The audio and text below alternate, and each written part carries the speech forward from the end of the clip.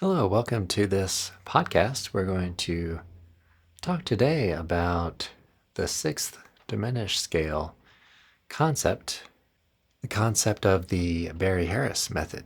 We'll relate this to some things that we may be familiar with and work on ways to apply this to our lines. So let's take a chord here. Start with harmony, of course. We have C6. Playing that first position. Say I play C6 in seventh position as well. Now what if I create an arpeggio of that sound or using that sound? So I'd have C, E, G, and A. If we think about these tones, they're very consonant tones. Of course, we have the major triad and then the sixth. Now let's consider the diminished seventh chord. We'll focus on the B diminished 7.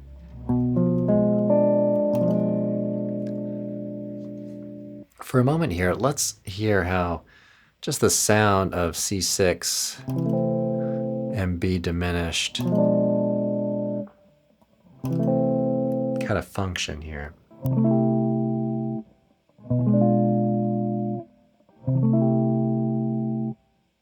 We get this kind of tension and release, right? The B diminished 7 wants to land somewhere, feels a little unsettled.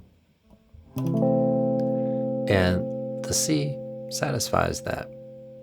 So let's take a listen to arpeggios of the B diminished 7. Okay, and then we'll resolve one of those tones. So I'm playing B, D, F, A flat, and so that could land on the G.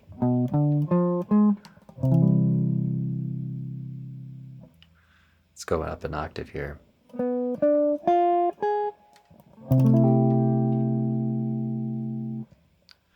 So we can hear that note certainly resolves. How about we start on the A flat?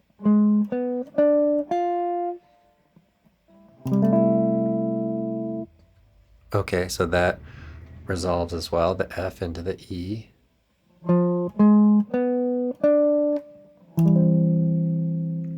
Okay, the D into the C.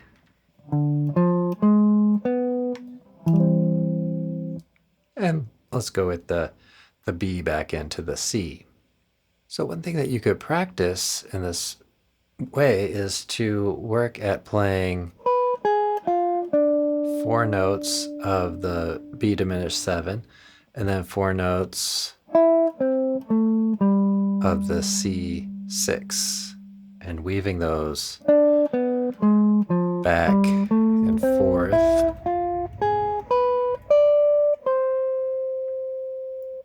And maybe even having a static chord going with a looper pedal or a backing track and listening for the consonances and dissonances and the push and pull and all of that. Now, one of the very interesting things about the bebop scale and this concept, diminished sixth scale concept, is that if we have 8 notes, we can play stepwise motion and really still outline chord changes very clearly. So let's shift over from playing arpeggios to playing more stepwise motion. So then we go through the scale, we hear C, D, E, F, G, A flat, A, B, C. So now if we play a chord, and you can try this with a backing track or a looper, like we said before, what's going to happen if you play continuous eighth notes and you start with one of those tones that we talked about earlier, let's say C, A, G, or E, then you're going to outline the consonances of that harmony. So if we have play C6, right? 1 and 2 and 3 and 4 and 1. So notice on the strong beats, we landed on the more consonant tones that we talked about earlier, that C6 arpeggio. Now, if you want to create a little more dissonance, you can flip-flop it around. So you could start with, say, B on the strong beat, and then you're going to be landing on dissonances on the strong beat.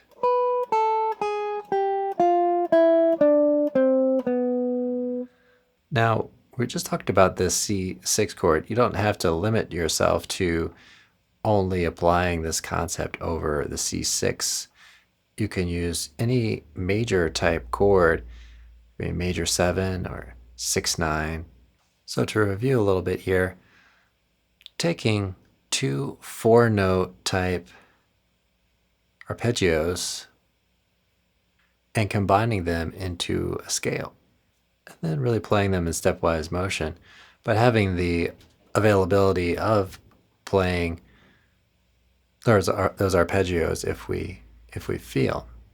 As a little bit of an aside, you can do the same kind of thing with triad pairs and come up with hexatonic scales rather than octatonic scales. But the beauty of this concept is that we really do get those half steps and whole steps where we can play stepwise motion through the chord changes. So it really is a very strong method and a very good concept for playing. Well, let's talk about the minor sixth. Let's talk about the minor 6 diminished scale. Let's say we have A minor 6.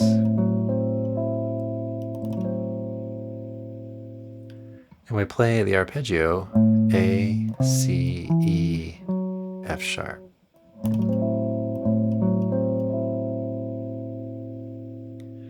Now again, let's take a diminished 7th chord, just a half step below the root note of this chord. So this would be G sharp 7, G sharp diminished 7, excuse me. And play the arpeggios from that. Now, if we combine these into stepwise motion, we can play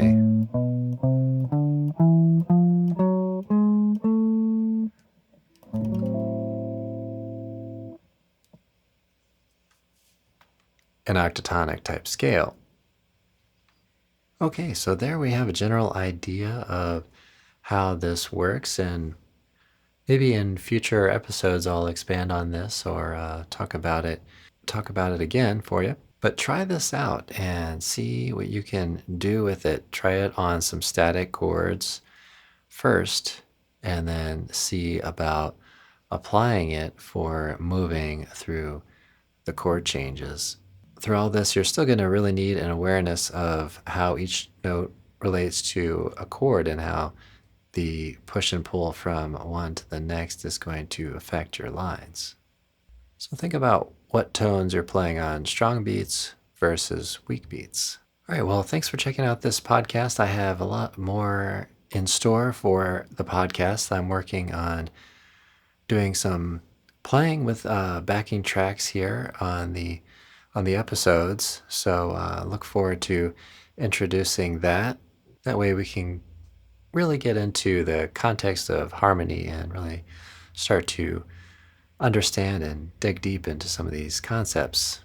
There is a video version of this podcast available on the YouTube channel membership area, Lessons and Talks, on my channel at Fretprints.